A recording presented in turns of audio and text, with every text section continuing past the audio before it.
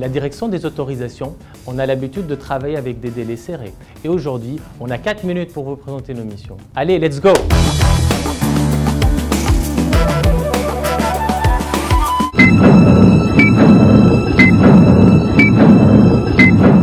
L'agrément, c'est l'opération par laquelle l'ACPR valide l'entrée d'un nouvel acteur sur le marché.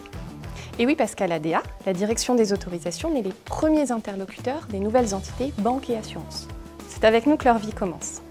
L'agrément, c'est un peu l'opération phare, mais travailler dans notre direction, c'est bien plus large que cela. N'est-ce pas, Anthony?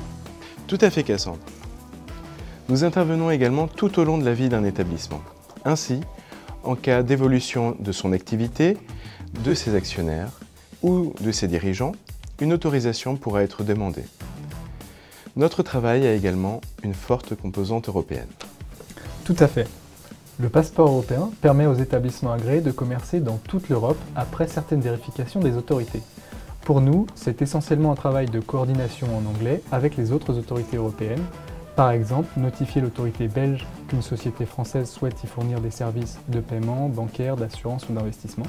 En retour, il s'agit aussi de challenger les demandes des établissements étrangers qui souhaitent proposer leurs services à des clients français.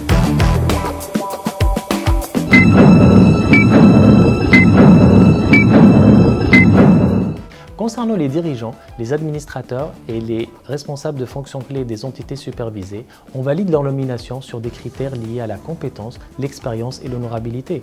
Cela peut nous amener parfois à exiger la mise en place de plans de formation et voire refuser certains profils. C'est une mission essentielle de la supervision qui permet de renforcer la confiance du public envers le secteur financier.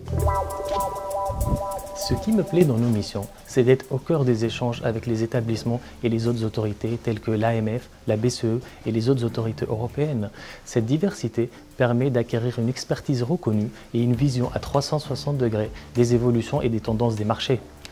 On est aux premières loges pour apprécier les stratégies des entités et nos analyses couvrent les aspects juridiques, financiers, commerciaux et d'organisation interne. Et toi, Alexandre ? Travailler à l'ADA, c'est sensibiliser des acteurs de la banque et de l'assurance sur les enjeux réglementaires. On a non seulement la casquette de gendarme, comme on aime à la donner à la CPR, mais on a également pour rôle d'accompagner les assurtech et les fintech dans la mise à niveau réglementaire.